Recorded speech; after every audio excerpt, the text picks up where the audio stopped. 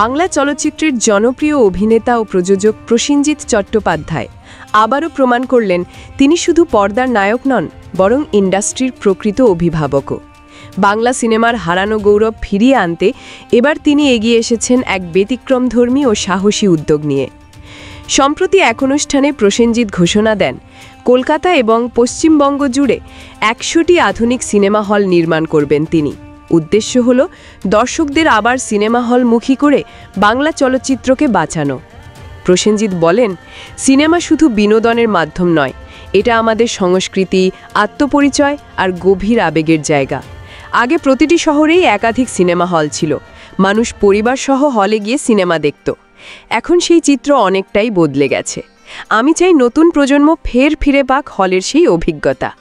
এই ১০০টি cinema hall হবে সর্বাধুনিক প্রযুক্তি সম্পন্ন। প্রতিটি প্রেক্ষাগৃহে থাকবে উন্নত মানের সাউন্ড সিস্টেম, আরামদায়ক আসন, ডিজিটাল প্রজেকশন ও মাল্টিপ্লেক্সের আদলে বিন্যাস।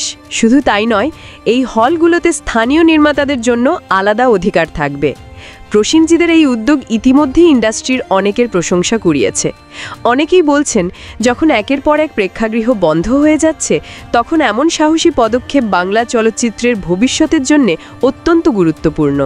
ASBD24 সত্য প্রকাশে অপসীম চ্যানেলটি সাবস্ক্রাইব করুন।